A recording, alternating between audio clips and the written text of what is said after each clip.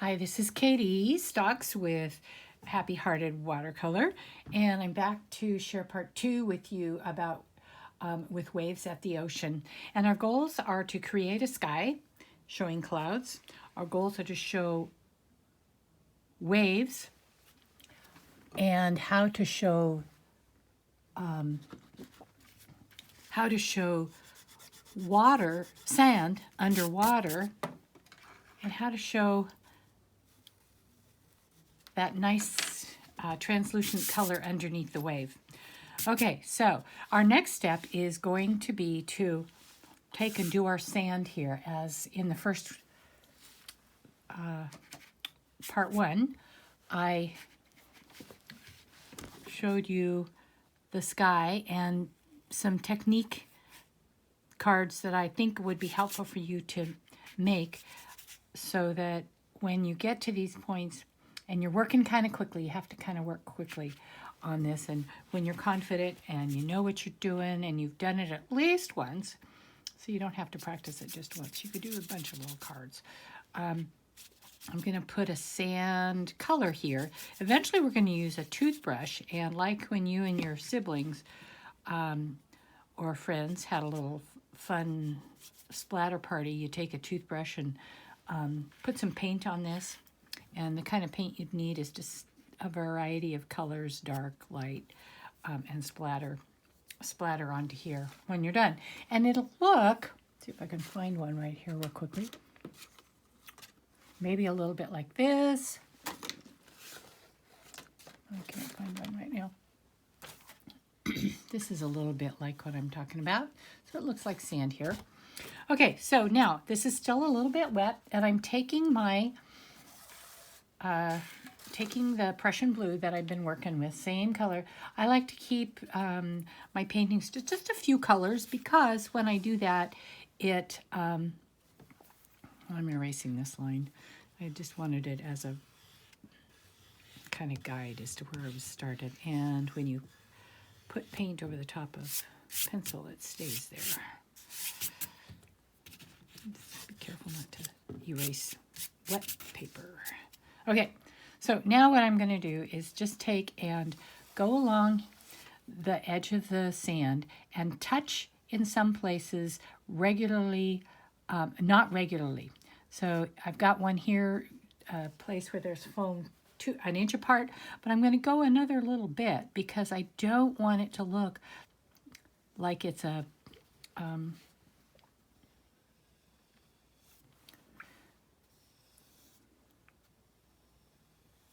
like it's measured or anything.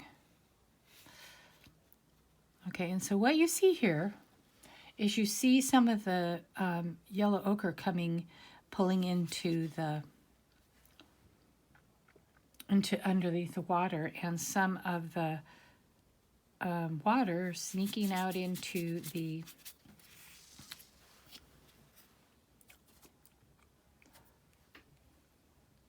sand. So let's just try for fun. I want to do a little bit of a dry technique to show a little bit of water there, a little bit of sunshine there, kind of sparkling on that water. And so I just am taking my brush and going sideways across there.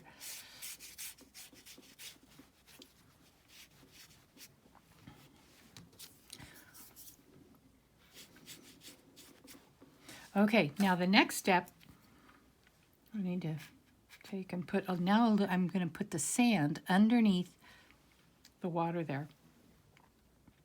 I'm just dotting in a couple places. I'm putting sand color underneath the water, and actually basically I'm just putting it on top.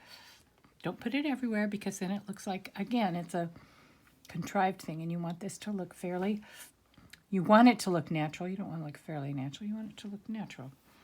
Okay, so there we go there.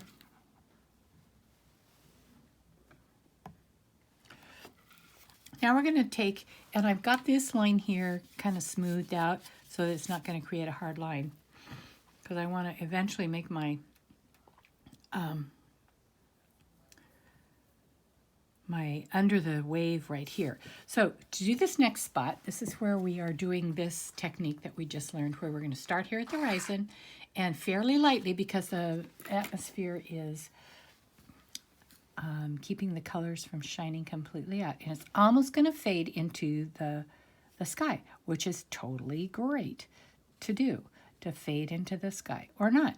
And I'm making this a not straight line, or a not, some of the lines skip a little bit because I want to show waves.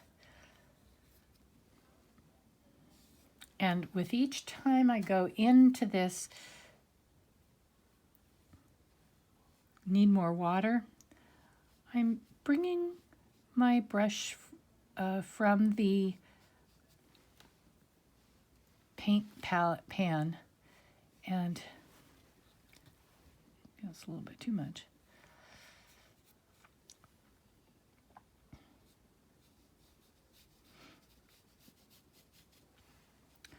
This is really wet and loose. I kind of like that. Not exactly what I intended, but one of the things I love about watercolor is that it kind of does its own thing, and you can't always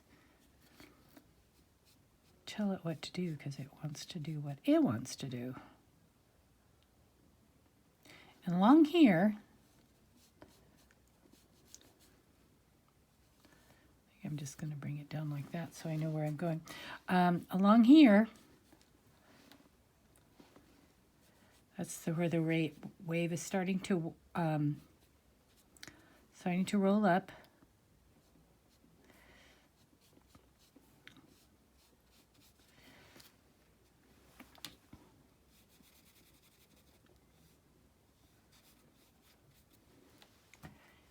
And now I want that to be sharper because here's our white wave.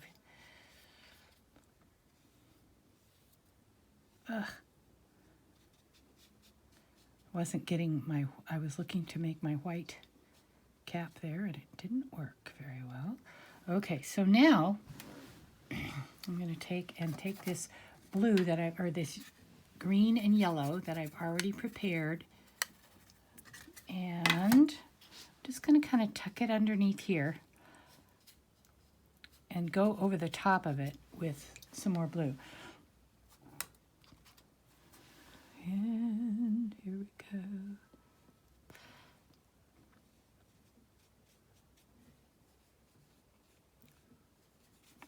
And hopefully you're just a little bit wet down there still.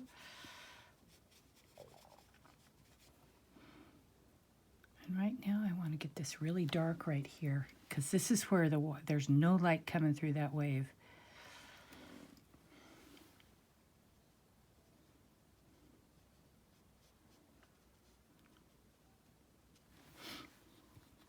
Go back in the water, come back over here.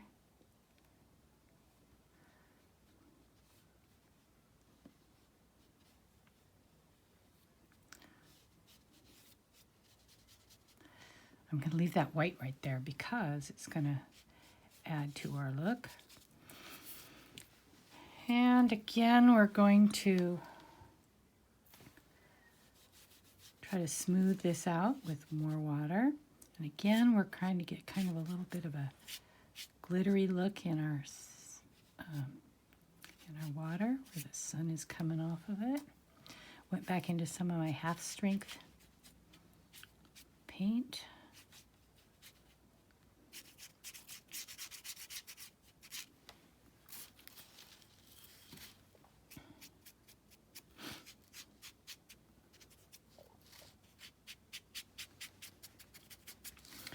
Okay, so now it's time to kind of work in this area here. And this is almost dry, which is what I want. I'm going to pull that little thing up. I'm going to take another drier brush, sort of dry brush. If it's not dry, wipe it. And I'm going to take it and it's hard not to put it in the water. I'm going to take it and try to, here's another one of my practice sheets. I'm going to go sideways here. And this is called dry brushing. And you have just a little bit of the paint left on the brush. And maybe you can hold your brush from the top and just make a C shape. Now when you look at it right here, it looks kind of weird, but when you step back and look at it later after everything's dry, we hope, it looks a little more like the ocean, Pekin reflecting, and the light reflecting through the ocean water as it's. So here I'm just dabbing a little bit more of this green, of the yellow and the blue here. And to keep this, again, consistent, I'm going to bring that down a little more. So here we have that, that wave. And now to create this, to keep this looking like a wave, I'm going to put some little deeper places where the wave is cresting over. And again, what you are trying to do is not to create even little lines, because we're on a tree farm. We aren't a waterfall that has little steps that it's going down. So I want to make this very, very varied. Okay, so here we have this. So here's what's going on. I think this one's probably the best one I've ever done. This is exciting. The next step would be to take, and I can almost do this now.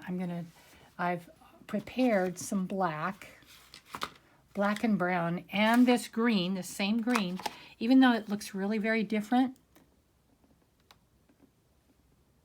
Let's hope that's line hold. Hope it's not too wet there. So I'm coming along, and this is the same green that I used with the yellow right here.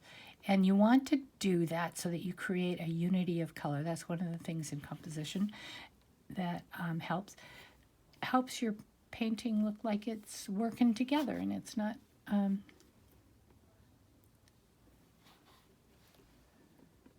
it's not several different things going on. And these are little trees. Again, I'm trying not to do them so that they're evenly spaced. Picking a little spit of land right over to the left here, so it's not smack dab in the middle.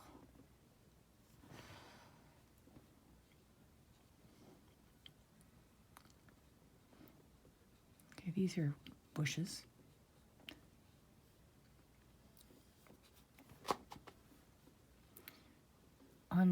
In reality, this looks really green, but I'm kind of liking that greenness.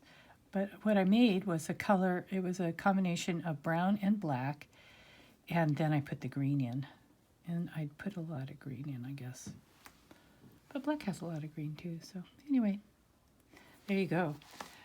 The next step and the last step would be to splatter with your toothbrush using maybe a little bit of the yellow ochre and some of this same hillside color. Again, we're trying to create a unity of color by using some of the similar things. So let me look. I'm splattering onto another paper just so I don't end up. And again, I'm using another paper to protect my water. And there's a light splatter. Now go back into the straight color that you used for your hillside.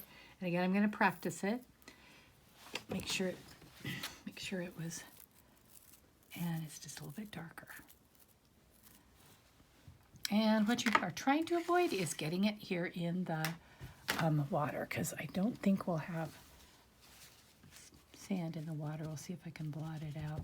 Well, this is not a piece that we will be putting on the walls and framing, but it gives you the idea, and hopefully you can see how you're going to do your masterpiece. Happy painting, and I'll see you soon. Bye.